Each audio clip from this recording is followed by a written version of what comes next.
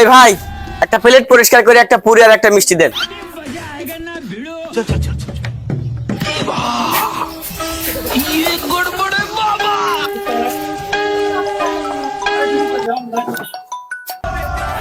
Hello, হ্যাঁ আমি Japan আছি।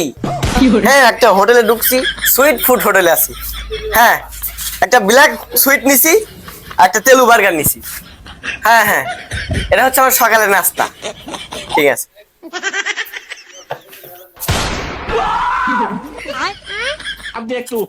এই ভাই বিল কত হয়েছে? ও ভাই আপনার বিল হয়েছে লাগান ব্ল্যাক সুইটে লাগান $20 আর এই তেলু বার্গারের লাগান $10। এই দুটি মিলে $30। আপনার বিল হয়েছে 3200 টাকা।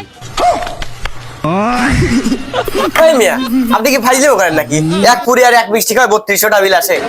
আরে ভাই আপনি তো বাংলাদেশি বসে খান নাই, আপনি খাইছেন জাপানে বসে, আর জাপানে এগুলোর দাম এইরকমই।